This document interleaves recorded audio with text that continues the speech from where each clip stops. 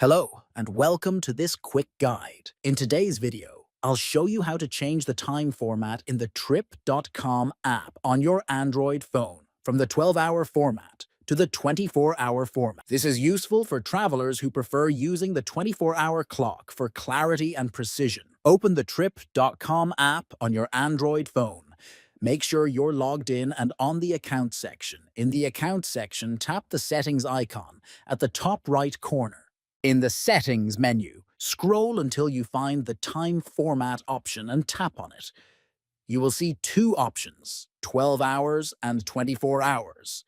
Select 24 hours to apply the change. Your app will now display time using the 4-hour format across all relevant sections. And that's it. Now you've successfully updated the time format in Trip.com to 24-hour mode.